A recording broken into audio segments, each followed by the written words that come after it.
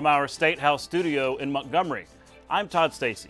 Welcome to Capitol Journal's Week in Review. There's a lot of news to cover, but here's what we have coming up in the interview portion of the show. I'll sit down with Governor Kay Ivey to discuss a number of topics, including her support of school choice legislation and gambling, plus the latest with Alabama's prison situation. Senate Minority Leader Bobby Singleton joins us to offer the Democrats' perspective on multiple issues, including absentee voting restrictions and possible gambling revenue for expanded health care. I'll also visit with my APT colleagues Jay Whitson and T. Marie King, the filmmakers, who produced the documentary Shuttlesworth, which will be aired nationally by PBS next week. And finally, a special treat for listeners of the popular Advisory Opinions legal podcast. Hosts Sarah Isgur and David French join me to talk about their upcoming live taping at the University of Alabama School of Law. So you'll want to stick around for those interviews. It has been quite a week here in the State House. The legislature met for the 4th, 5th, and 6th legislative days of the 30-day session. That means we are now 1/5 of the way through the legislative session. It was an action-packed week with high-profile bills moving. We'll start in the House, where lawmakers passed a comprehensive gambling package. There have been passionate arguments for and against the gambling package since it was introduced last week, and those arguments spilled out on the House floor. Capitol Journal's Randy Scott reports. In Alabama, it's game time. Lawmakers in the Alabama House are taking their positions to start debate on House Bills 151 and 152, covering the state's gaming proposal. HB 151 repeals and replaces Section 65 of the Constitution of the State of Alabama of 2022, repeals all local CAs relating to gaming, and prohibits any future local CAs related to gaming to be passed. For over 20 years, the topic of gaming has come up for discussion in the Alabama State House, otherwise known as the People's House. Ironically, many say it's the people who should have the final say on this topic, and there's a debate going on about that. After studying the bills, members came ready to debate. My whole thing is, if we're going to do it, let's do it. Let's either vote it up or vote it down. I am tired of our people being penalized for a system that we have not gotten right. We as legislators should allow the people to vote. This is something that has documented facts from every state that has gone into a full-scale gambling, and it is verified. We know that the gaming industry is shrinking every year, and we're getting into it,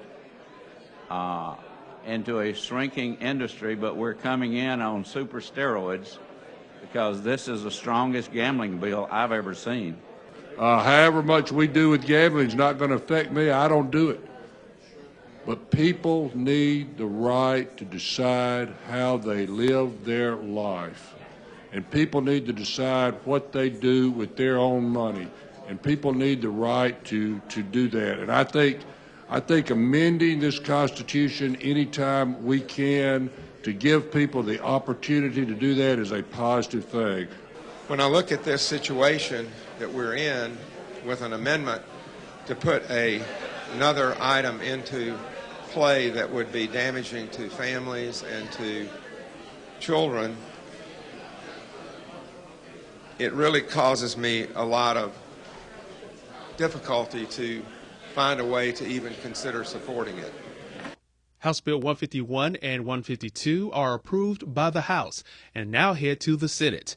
From the State House, Randy Scott, Capitol Journal. Let's review one more time what this legislation does. If approved, it would scrap all of Alabama's existing gambling laws and constitutional amendments, including local bingo amendments. Then the plan would institute a state lottery, expand and regulate casino gambling, and legalize sports betting. It would set up a commission with a staff structure to regulate the industry, with commissioners appointed by the governor and legislative leaders.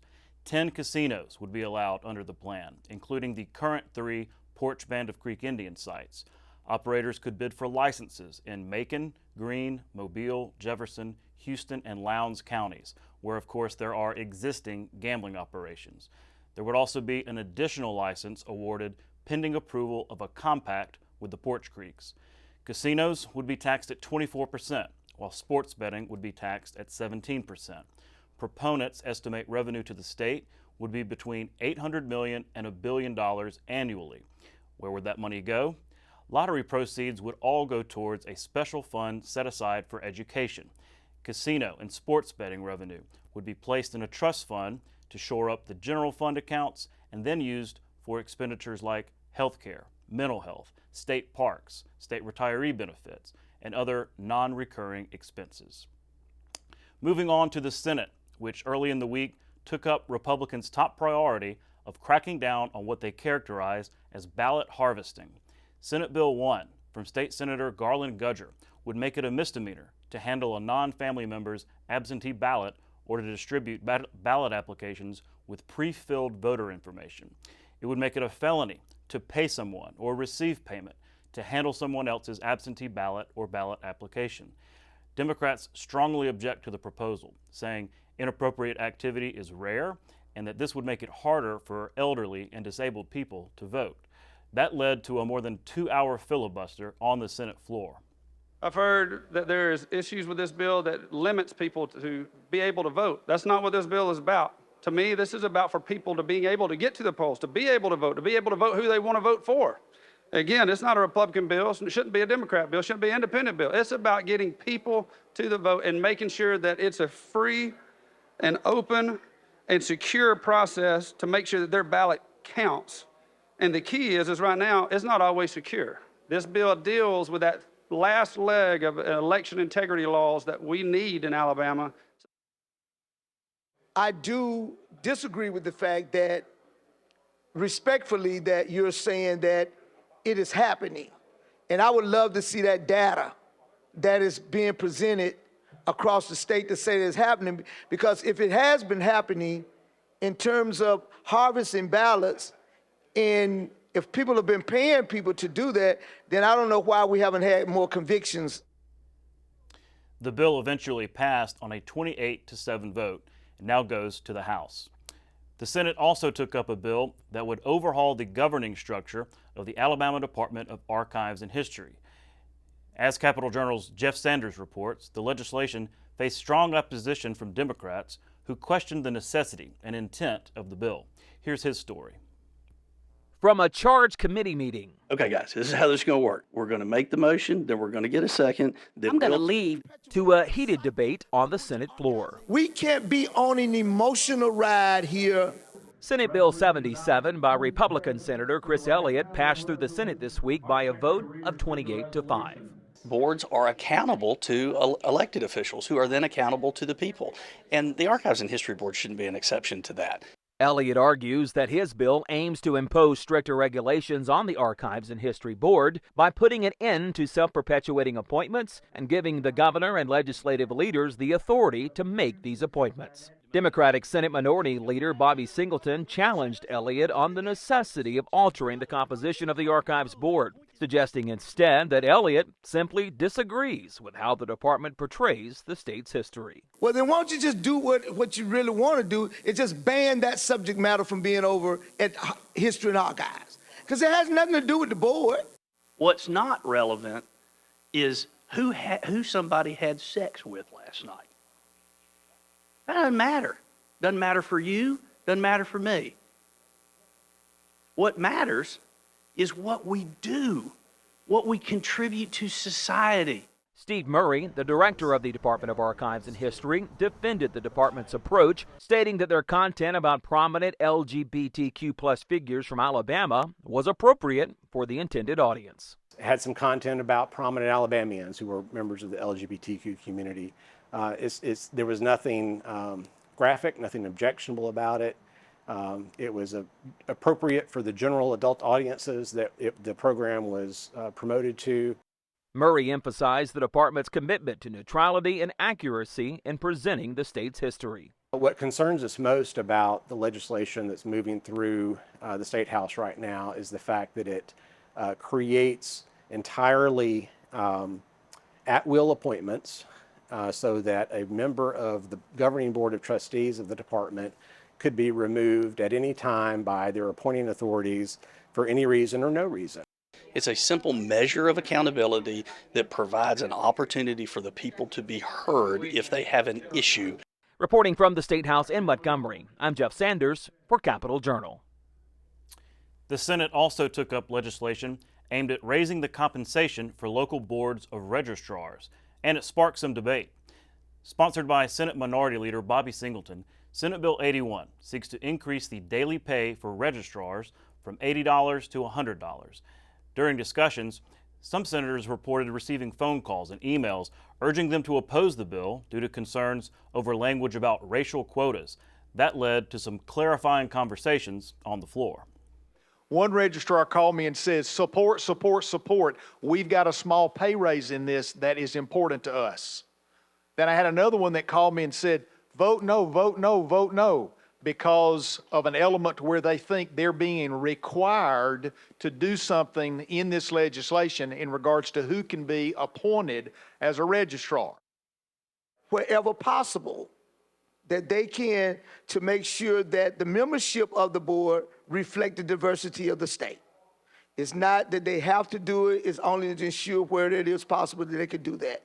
I know that there are some counties that they're not going to be able to do that, and they don't have to do it, but they will at least coordinate together and try to make it happen. It's like being in a black belt county.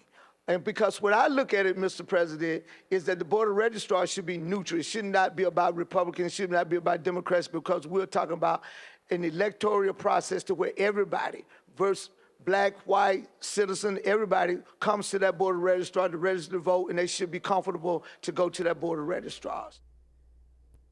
That bill passed 15-10 with one abstention and 10 senators not voting. Most of those were attorneys who want to avoid a conflict of interest.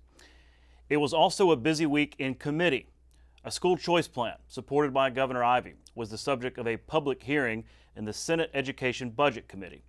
Senate Bill 61, dubbed the CHOOSE Act from Senator Arthur Orr, would create education savings accounts, sometimes known as vouchers, to allow families a $7,000 tax credit to go toward tuition at an accredited private school. It would also allow a $2,000 tax credit for homeschool families. Senators heard arguments from proponents and opponents of the proposal, but no vote was taken on the bill. The two main concerns were capping the ESA account, which starts at $100 million, but it can roll forward. How big will that pot be? And that was a concern of theirs, and I think we are going to be able to address that. The other was the triggering mechanism for any growth of the $100 million that we start off with. Should there not be a triggering mechanism before that number increases? And in principle, there was an agreement yesterday in my office. So the idea is we're addressing public education and then also making sure that we've got the most school choice options at our disposal. This is also a bill that, as we get into it, you'll see balances the policy considerations of a host of stakeholders, those that are very vocally supportive of universal school choice, and then also those that want to make sure that we've got prudent policy, academic, and fiscal measures on here to make sure that this is in balance. From a superintendent's perspective, the reason that that's so important is we are constantly being attacked on our academic performance. And so if we don't have a measure to say they publicly report, at least publicly report your scores, how do we compete? If competition breeds improvement, then we need to know that we're in a head-to-head, and what does that look like when we're making that comparison? We expect that legislation to be a prominent topic next week in committee and possibly on the Senate floor. The House Ethics and Campaign Finance Committee met Wednesday to discuss a draft proposal to revamp the state's ethics code. We discussed this plan with Representative Matt Simpson last week on Capitol Journal. The intent is to give public officials who are governed by the ethics code more clarity in how to obey the law, and to better organize how enforcement of the code is handled. Ethics is a thorny issue, and so members were careful to get clarity on a number of key points. you guys get briefed on this week. We're going to start taking comments from everybody. We've already received comments from a number of people, and we're going to make some changes to the draft before it's filed as a bill. The plan will be, if anybody's listening online or anybody in the room, if you guys have information that you want to see to fix the bill, anything you can do to make it better, please send it to me. This is a working draft. I've sat in a room with these people and Hockney for hours on hours on hours. And sometimes if you're doing a report, sometimes you kind of get lost in the trees. So this is the opportunity for everybody to put more eyes on it. In this particular draft, Simpson's draft, the civil and criminal jurisdiction is now separated. Okay, we have the Attorney General's office and local district attorneys handling criminal matters and the Ethics Commission handling civil matters. This kind of this draft refocuses the ethics laws and the Ethics Commission jurisdiction to deal with just the non-criminal standards of ethical conduct. Regarding the Ethics Commission, there's a few changes to the commissioners and to advisory opinions. We'll get into those in a few slides. Something that's not mentioned again in the rest of this overview is something I'll draw to your attention, and that is judges. Judges that are already covered under the judicial canon of ethics are now going to be covered by just the judicial canon of ethics under this draft. They would not fall under the ethics code in this draft. The House Judiciary Committee had a full slate of bills to consider when they met Wednesday, and they advanced all of them with a favorable report. Here are some of the key bills they reported out. House Bill 10 from Representative Chris Pringle, allowing law enforcement to charge those who cause death through fentanyl trafficking with manslaughter. House Bill 81 from Representative Alan Treadaway, making those convicted of sex crimes against children ineligible for parole. House Bill 42 from Representative Donna Givens, establishing the death penalty for those guilty of human trafficking. House Bill 78 from Representative Philip Ensler, creating the crime of swatting. That's making a false call to have law enforcement show up at someone's house to cause a disturbance. And House Bill 29 from Representative Chris England, which would allow certain inmates convicted under the state's habitual felony law to have their sentences reconsidered in line with the 2015 sentencing reforms. The Joint Study Commission on Grocery Taxation met this week to discuss the past, present, and future of the grocery sales tax. Lawmakers last year enacted a plan to reduce state sales tax on most grocery items from 4% to 3%. The law also said the tax could drop further to 2% if revenue growth in the Education Trust Fund grew by 3.5%. But recent budget estimates show that's not the case, making further reduction impossible this year. Leaders of the bipartisan group say they want to find a way to get that further reduction next year. But you still have the opportunity, because the language didn't say that provision went away at the end of this year. It says you can do it again when we certify estimates next year, and if at that point in time the average estimates are above 3.5%, you can lower the rate by the extra 1%. I think we'll know more as we enter into the fall. Certainly the fact that growth was so much smaller than anticipated this year, around 2% or a little bit less than 2%. There's a possibility in my mind that if we had a lower than average year, that maybe next year will be at average or above. We need to look at those different entities that are being pulled from the ETF.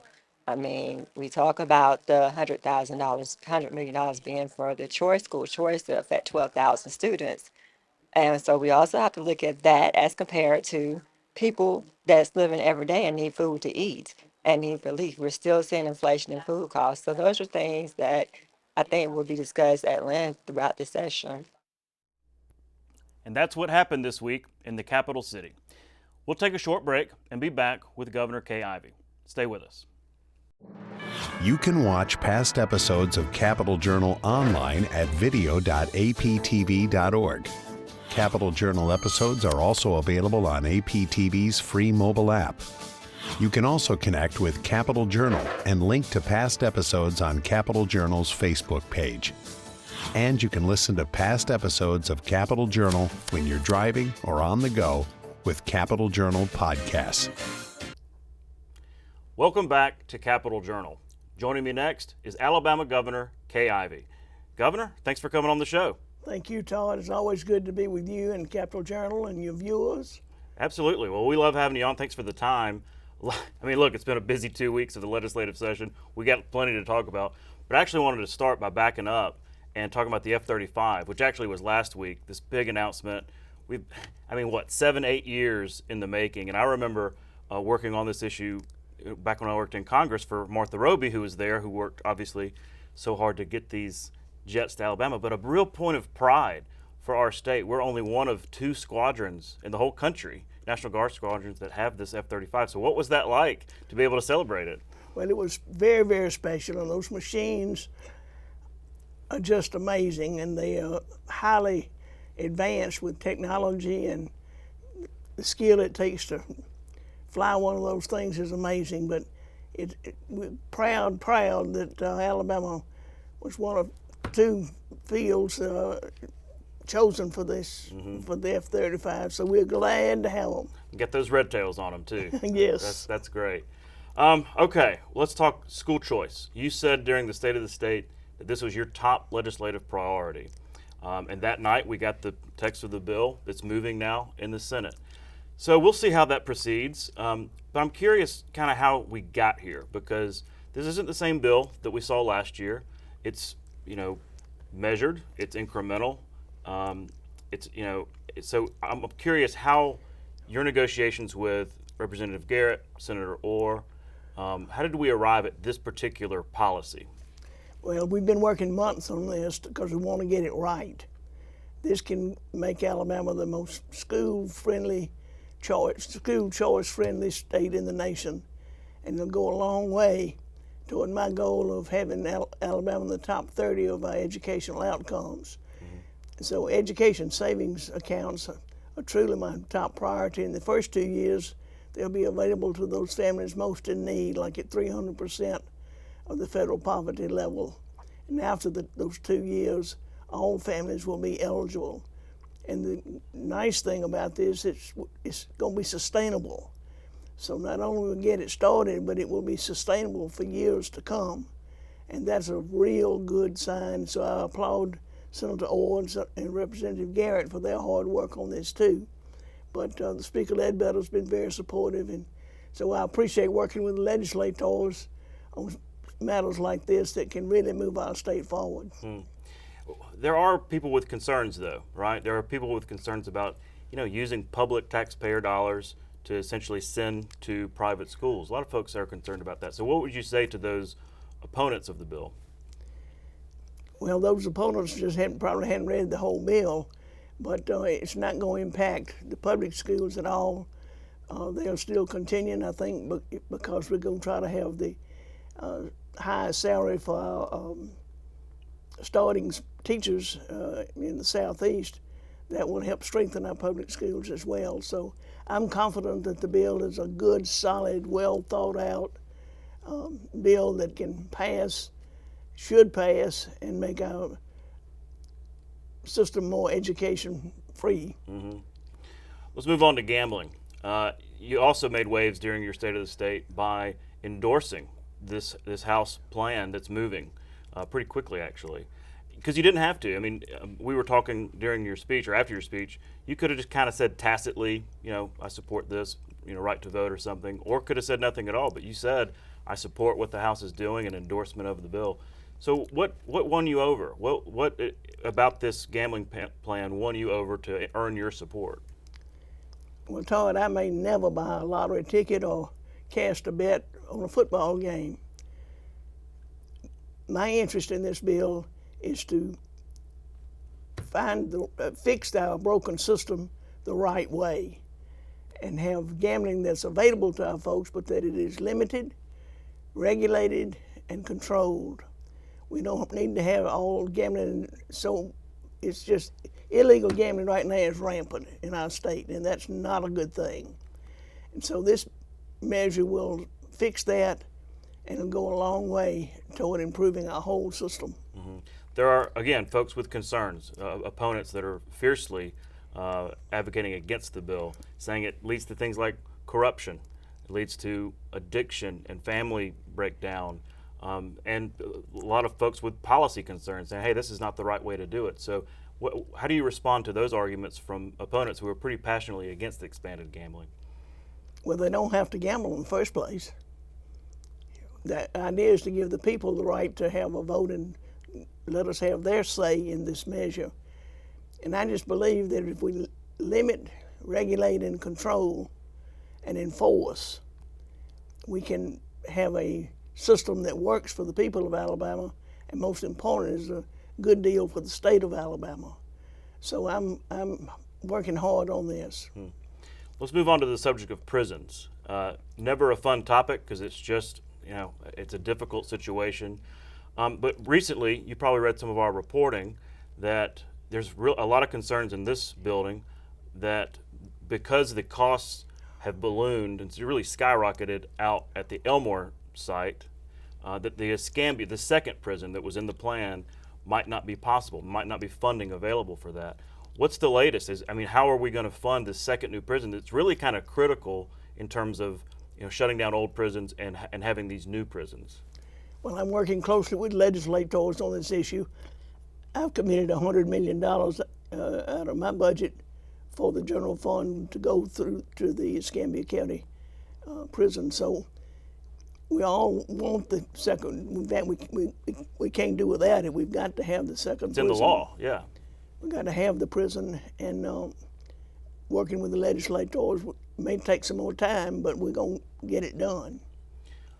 Is there a concern, though, that, so all this, I get inflation, I get cost, going up and things like that, some unforeseen, but it seems like we're just spending so much more money than we anticipated on this prison construction stuff, maybe even going forward. They wanted a big budget increase as well at the Department of Corrections. So I'm curious, is the amount we're having to spend on prisons, construction, and just the maintenance of our current ones, is it eating up this general fund money that could go to other priorities like healthcare, like DHR, and other really important priorities? Are we eating up too much from prisons? No, we're monitoring that very carefully, and we all know we need the second prison, and we're going to find a way to fund it, but it may could take a little bit more time than we had planned on. Mm-hmm. In the state of the state, you express a lot of confidence in the prison commissioner, John Hamm. Yeah, and we've had conversations with him. He's got a tough job. He really does. I don't think it may be the toughest job in state government, but it's no secret that we have a violent situation in our prisons. We've got a real hard time recruiting officers, healthcare staff, things like that, to meet these federal demands. In your conversations with him, what gives you that confidence that he's the right one for the job and that there's a plan to actually get to a resolution and avoid a federal takeover? Well, we're working not only with John Hamm, but also with legislators to get their input, and they've been very responsive. But we're all facing the facts, and the costs have escalated, and change orders have gone up, and so it's a big nut to crack, but we're going to stick with it because we've got to have two modern prisons. Mm-hmm. Well, we're out of time. I appreciate your time, and we'll be following this session. Hopefully we can get to visit again toward the end of session. Very good, Todd. All right. Thank you, Governor. Thank you. We'll be right back. You're watching Alabama Public Television.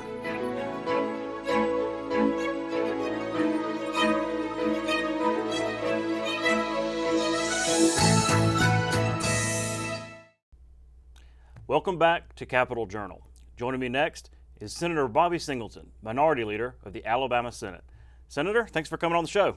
Thank you, Todd. It's always a pleasure to be here with you. Y'all have had a busy week upstairs in the Senate. You spent a lot of time with the microphone, so I know you're probably tired. But let's talk about that, because there were 2 days where you spent considerable time at the microphone, filibustering a little, debating. First on what Republicans are calling ballot harvesting. Yes. It would place restrictions on absentee voting and who can handle ballots, who can handle ballot applications. Walk me through your main objections to that bill as it was amended. Well, number one, it's always my intent to make sure that there's a free access to the ballot. And when you start to putting all these conditions on people, whether or not who can handle it, and not allowing people to have assistance, because usually the people that handle absentees are those people who are disabled, students who live outside the county or going to college outside the county, military people, and those who are working outside of county, especially in rural counties where I live. I have a great number of people who have to go outside of my county every day to have a job just to be able to sustain. They work more than 10 hours in terms of their travel and the hours that they work coming back in. So therefore, they don't get an opportunity to go to the poll like most people who are living inside the county. So therefore, absentees are important to them. Well, Senator Gudger, the sponsor of the bill, said he has some data showing, mass collections of ballots. Was all that kind of presented? Where's this data? And if so, shouldn't we be able to crack down on things that are, paid efforts, mass efforts to collect ballots? I would love to see that data. And how would they receive that for people who were collecting? Someone was there counting with them and saw that illegal act and didn't report it. Something is wrong with that. I think what they're looking at, they're trying to put a percentage on the number of absentees that they think should be voted in a county. Okay, and that is presumptuous. Like I said, the number of people that work outside of my county, when there are no jobs in the community, the majority of your workforce has to go outside the county, and you have the potential of voting absentee, then the numbers may look a little bit higher than a county to where there are jobs in the community and people don't have to leave. Well, I guess it's passed. It goes to the House, so we'll see the argument down there. Let's talk about gambling. That's really the big thing, the big issue this week. It's passed the House now, which that was always the hurdle, right? Yes. The gambling package, they've passed the Senate before, but always die in the House. Not this year. It's passed the House, going to come upstairs to the Senate. So let me first ask you, in past gambling debates, your priority has always been looking out for Greene County, the green track up there, and other kind of rural casinos. Are you satisfied with what you see in this bill so far based on your priorities in gambling? I think that the authors of the bill this time took a little bit different approach. Instead of having it at the tracks as they used to, where we've already had gambling, but still allowing it to be in those counties where gaming has been. And so with that, I still feel good about it because there's an opportunity to make sure that there's participation by people in that rural area. Not a guarantee necessarily, but it's got to be in Greene County. Yeah, it has to be in Greene County. It gives an opportunity, yes. Well, it's coming upstairs at some point, I imagine. I know it's early, but it's a different Senate than it was in 2021, right? Yes. People have changed hands. Even though it's early, what kind of chances odds, if you will, would you give the gambling package to pass the Senate? I give it a 70-30 at this point, just off the bat, because I think because it is a different Senate, I look at the members who I'm working with now. I understand some of their politics and how it works, and just knowing who they are, I think they're willing to give it a chance, and it has passed the Senate in the past. So I feel real comfortable and feel real good about my memberships and my colleagues of being able to take this across the finish line. And remember, we're not just passing gaming, we're giving the people the right to vote on it. And the people of the state of Alabama will be the final arbiters of this. And so with that, that's democracy at its best, when the people get the chance to choose what it is that they want. Certainly plenty of time left, and that's kind of been the problem in past years. The time runs out. Plenty of session left. But, it also gives more time to the opposition. They passed it so quickly in the House, there was barely any time for the opposition to kind of make their arguments and things like that. Now they might have an opportunity to talk about things like addiction, and especially on the sports betting side, things like potential corruption and how you set it up and everything. How do you think those arguments might play with some of your colleagues upstairs? The thing about it is that, I'm sure that they'll listen to it, they'll listen to the constituency. You're going to hear the pastors calling and everybody's going to be calling. I tell people all the time, I think the Senate is where the sausage is being made. We're a deliberative body, so I think we'll take our time, look at this bill, see how it works out. We may add amendments, or we may keep the bill as clean as it is, as it comes to us. But I feel that, the senators that I work with are going to look at it objectively and give it an opportunity to pass. We've passed it before, and I don't see a reason why we wouldn't go out with it again this time. Yeah, and the rules are different, right? You got filibusters and things, so it's a totally different ballgame in the Senate. So we'll be following that. Well, kind of related is the issue of Medicaid, or just really health care, expanded access to health care, because in this bill, as in past bills, where it's not earmarked necessarily, there is talk of provision saying we want to make sure revenue goes toward expanded healthcare options. Not necessarily Medicaid. It's kind of left vague there. But there's also talk of this public-private partnership that maybe could use Medicaid expansion dollars, but it's not exactly Medicaid expansion. There's sort of talk about that going on. So is that a priority for you? Do you want to make sure that this gambling revenue does go to give more health care options to people, even if it's not traditional Medicaid expansion? Well, of course I am, and it doesn't have to be Medicaid expansion for me. If we are going to look in the state of Alabama, how do we make sure that there are adequate medical care to all of our citizens, make sure there's access, and make sure that people have that access and be able to get good medical care, whether we call it Medicaid expansion, we can call it K-Care. I don't care what we call it. Careful there. It doesn't matter. We can call it Todd Care. But at the end of the day, I just want to see access, and that's what's important to me is access. Whether that comes through telemedicine, whether or not there's more physical hospitals, opening up rural hospitals and keeping the rural hospitals from closing, expanding on urban hospitals and making sure that we get paying doctors more money to be able to make sure that they see certain patients. I'm open to all of that, and it doesn't have to be Medicaid expansion. It's just more, for me, it's about access to health care. Mm-hmm. Interesting now because it's kind of become a workforce. It's become part of the workforce development, workforce participation conversation, which is why I think it's got a little more, bigger conversation going on. We're out of time, Senator, but thanks again for your time. I guess we'll see you next week. Thank you, Todd, for always having me, man. Appreciate it. We'll be right back. You can watch past episodes of Capitol Journal online anytime at Alabama Public Television's website, aptv.org. Click on the online video tab on the main page. You can also connect with Capitol Journal and link to past episodes on Capitol Journal's Facebook page. Welcome back to Capitol Journal. February is Black History Month, and PBS is planning special programming that we at Alabama Public Television are excited about. The national network will air the APT documentary Shuttlesworth this coming Thursday at 8 o'clock.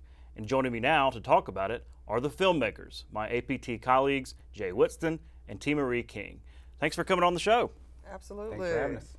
Shuttlesworth, the documentary that we're all really proud of, is going to be airing on PBS nationally. That's really exciting. It's obviously chronicling the life and legacy of Fred Shuttlesworth, the civil rights legend, really. Talk about Shuttlesworth, the film, and maybe the genesis behind how this film came about.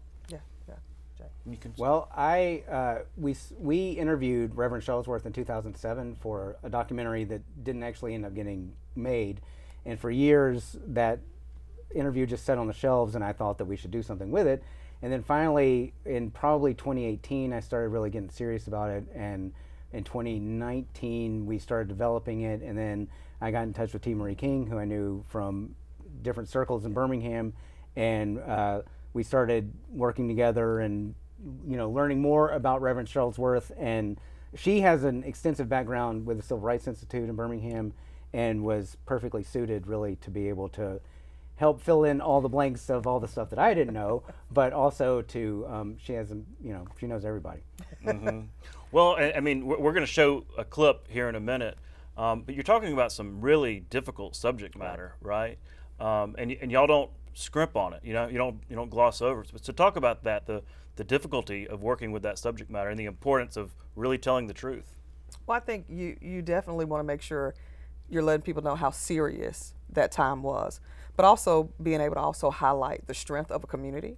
You have a man who was extremely courageous, Reverend Shuttlesworth, and to be able to lead a community and then utilize the children, in that Birmingham crusade. And I think it was a good balance of highlighting the time, the hardships, but also the courage of our community members and what they were able to do, but also be a beacon of light to the entire world. That change can begin with one person. Yeah. Well, take us inside the filmmaking process. We here at Capitol Journal, we're doing news shows. We're kind of doing interviews and clipping the news. Filmmaking is a completely different beast, and so I'm curious about the process. How long does it take? How do you go about, planning out what's going to be in the film? Well, we had sort of the additional problem of COVID happening, the pandemic happening, while we were really about to start shooting this. But we used that time to really just do a lot more research and do a lot of pre-interviews with different people. And a big part of the filmmaking process, at least from a documentary standpoint, is a lot of times we end up doing pre-interviews with people to make sure that we know what we're going to talk about, but you learn so much also from just talking to them about the story that you may not have known anyway, and so you have a better idea of what you want to discuss when you're in front of the camera with that person or behind the camera with them in front. And that's what we did for most of 2020 and a good portion of 2021, but then we finally got into principal filming and everything, and we're able to also, while we were doing that, do a lot of research with the state archives. State archives let us have access to Alabama or Birmingham News archives, like all of their pictures going back to then.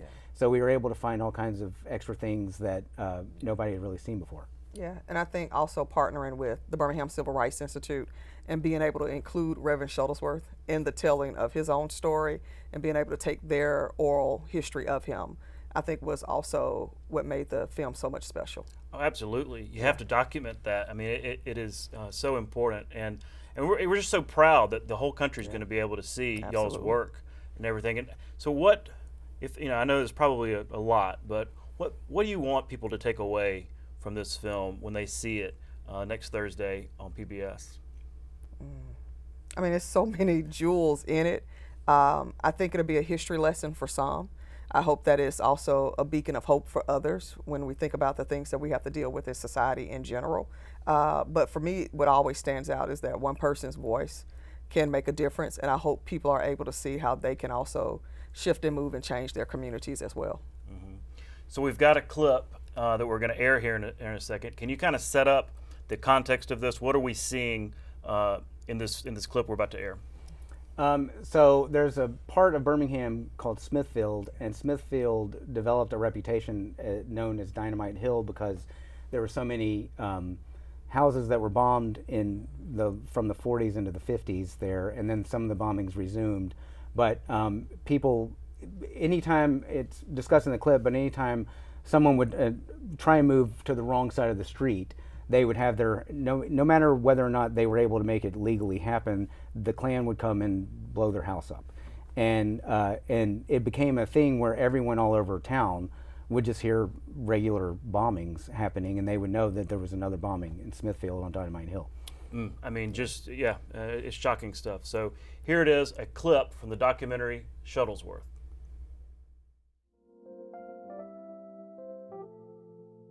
Birmingham got its nickname of Bombingham starting in around 1947. There was almost no housing stock for upwardly mobile African Americans. So when the first African Americans start building houses even on the black zone side of the street, that was too close to the whites. If a black person had made a deposit on a house on the wrong side of Center Street, you could expect that house to be burned or bombed or somehow or another vandalized. A lot of these folks were upstanding AME bishop and, business folks. Every time they would win the right to live in their own house that they had bought, it would be dynamited. Why isn't the sale and use of dynamite strictly restricted and supervised by officials? And if it is, then why is it so easy for certain elements and certain groups to obtain and use it? Dynamite was used to blast coal from the coal mines. Asking how these guys know how to use dynamite or make a bomb is like asking a farmer how he knows how to drive a tractor. It's just in them.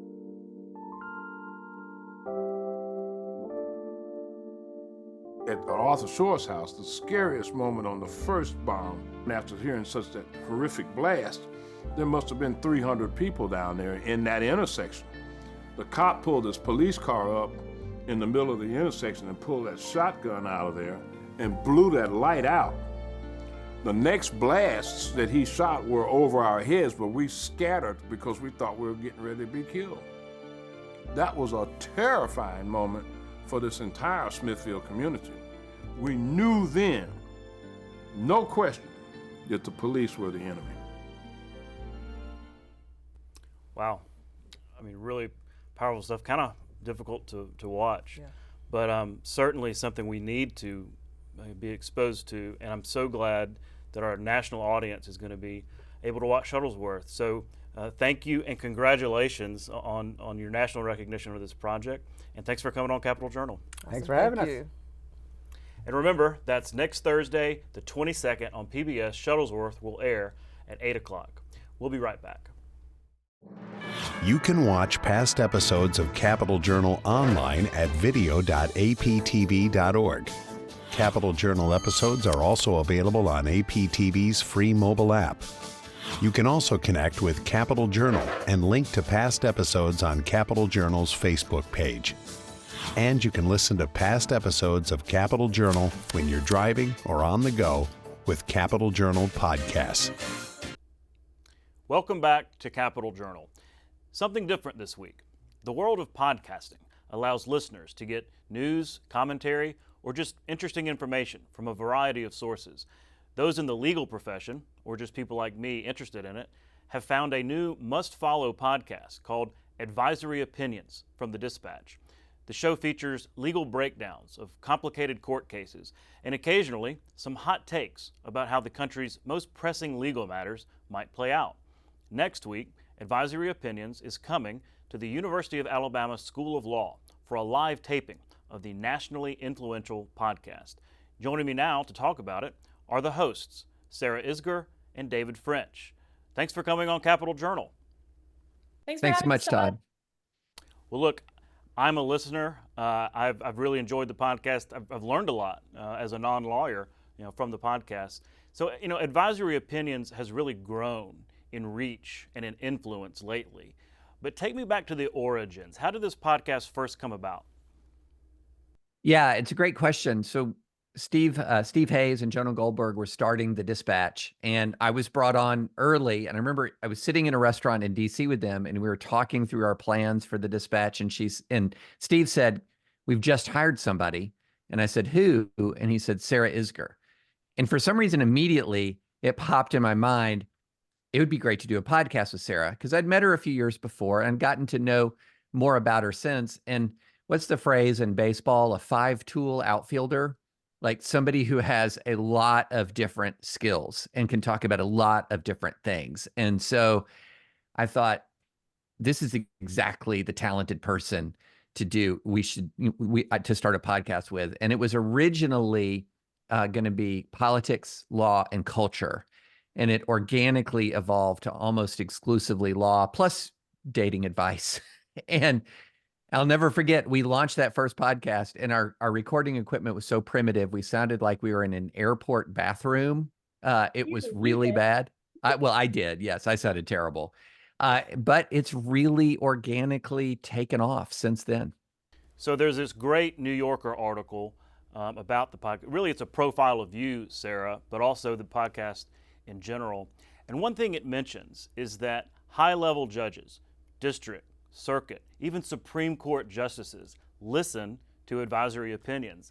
I mean, that obviously speaks very highly of your work, but I'm curious also if it's a bit intimidating. Like, is it kind of a challenge to put that out of your mind? Who these top-level judges are listening, put that out of your mind so you can continue to do the show just as you always have. So you're exactly right. I try very hard not to think about the fact that there's anyone listening, or else you'd be totally up in your own head. I mean, I guess on the stage, it's the equivalent of picturing everyone in your underwear. But the nice thing is on podcasts, you just pretend you're just talking to David and that this isn't being recorded at all. I've asked lots of those judges, like every time they tell me that they're listening, it's horrifying to me. And I do try to find out why. And the answer is, you'd think about it, but if you're a circuit judge in the Ninth Circuit, way out in California, you have a full-time job. You don't have time to listen to all the oral arguments at the Supreme Court, read every opinion that comes out the second it comes out. You may get to it, the next month. And so it's almost a shorthand way for them to keep up with what's going on in the other circuits or at the Supreme Court. And we try to provide sort of what the opinions are, what the arguments are in as straight a fashion as we can. If we have an opinion on one side or the other, we try to steel man the other side and provide their best arguments. And then we provide our, analysis or commentary. And so I think it can be helpful if you just want to know what happened, that we try to provide that too. Well, let's talk about your upcoming event in Tuscaloosa. I know you've done other on-location shows at other law schools. So Why the University of Alabama School of Law? Well, we try to do 2 a semester. We try to, do live shows twice per semester. And look, it's the white barbecue sauce, man. Like, I'm from Texas. I'm pretty snobby about barbecue. And I think Alabama has the second best barbecue because remember, Texas is not a pork state. Yes, we've sort of started to do some pork, but we are a beef barbecue based state. We're also not a sauce barbecue place. And Alabama in some ways is the opposite of that. Y'all specialize in the pork. I like the white barbecue sauce. So yeah, that's the main driver. I think it's fun to get out in the world, So one of the things that I think is really important is we don't just talk about the law. We also interact with the legal community. So we have just judges on the podcast. We've had people from all different walks of legal life on the podcast, but it's also fun to get out there into law schools across the country and sort of take the temperature of law students. It's fun to hear what they're thinking, what's on their mind. And I think it really helps keep the podcast grounded. We're in a constant communication with our audience. We respond to emails. Sarah's phenomenal about actually responding in the comments. But it's a podcast that's different from a radio show. It feels like in some ways you feel like you form a kind of relationship with your listeners and you kind of want to meet the people out there who listen. And so it's a lot of fun. It should be worth noting also that we have 2 special guests joining us at the Alabama event. One, U.S. Attorney Prim Escalona is going to be there, which is really fun. And 2, former Assistant Attorney General for Legislative Affairs at the Department of Justice, Stephen Boyd, is actually going to fly down from D.C. with me to do this event because he's an alum also. Well, look, many of your Alabama listeners, me included, are still waiting for a Judge Bill Pryor guest appearance. I don't know if we'll ever get there. But we did get a hilarious Bill Pryor Iron Bowl anecdote from Judge Kevin Newsom, who's also an Alabamian. I mean, I was sitting in my truck laughing out loud listening to that anecdote. So we can't go into it now, but I encourage everybody, if they haven't heard it, to go listen to that episode. But, think about these Alabamians: Jeff Sessions, Bill Pryor, Judge Kevin Newsom, Andrew Brashear, so many prominent jurists, plus the legal arguments that germinate from Alabama, all that, from redistricting to civil rights. This state seems to play an outsized role in the judicial system. Am I right? That list that you gave, it's an incredible list. And don't forget, Chuck Cooper also graduated from the University of Alabama and is one of the top Supreme Court advocates in the country as well. So yeah, you'll definitely outkick your coverage on a bunch of this stuff. You mentioned that podcast with Judge Newsom, who's a judge obviously on the 11th Circuit. There's another story he told about a ping pong game on that episode about another judge. That judge has now responded, and I believe we're going to have that judge on the podcast to give the other side of the Kevin Newsom ping pong story. We like to be fair, Todd. We like to be fair, both sides. Well, David, many of our viewers have probably followed your work over the years, from National Review to the Dispatch. I'm a subscriber to the Dispatch, and I love what y'all are doing. But I was a little sad, also excited to hear the news when you were hired by the New York Times as an opinion columnist. I mean, talk about an opportunity of a lifetime. So what's it been like for your writing to reach really the largest audience there is, and certainly the largest audience you've ever had? Yeah, it's a humbling thing, and more than a little terrifying sometimes, because it's not just your, I can remember when I was first moving into this world and sharing ideas on email with friends and sort of sending like little op-eds via email to friends and people saying, you should do this for a living. And then next thing you know, it is my living. And it is a very humbling thing, and it's a very sobering thing to be able to reach that many people. And it's a real responsibility. You want to do it right. It's got to be your best effort. You're not offering your hot take. You're not offering your sizzling inflammatory idea. You're actually trying to contribute to public conversation. And what I'll say is that the Times is really good at surrounding you with a team of people that help you. So we do actually take fact checking very, very seriously.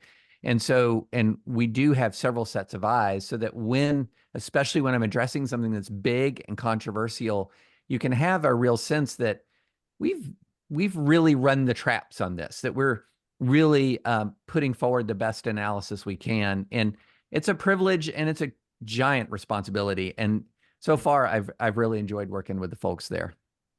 Well, look, congratulations on your success. Thank you for your time today, and good luck on the taping. Everybody knows that's going to take place Thursday, the 22nd, at the University of Alabama School of Law. And so we'll be listening for the podcast to drop in the days after. Thanks again for coming on the show. We'll be right back. You can watch past episodes of Capitol Journal online anytime at Alabama Public Television's website, aptv.org. Click on the Online Video tab on the main page. You can also connect with Capitol Journal and link to past episodes on Capitol Journal's Facebook page. That's our show for this week. Thanks for watching. We'll be back on Monday with more nightly coverage of the Alabama legislature, with shows airing at 10:30 here on APT. For our Capitol Journal team, I'm Todd Stacy. We'll see you next time.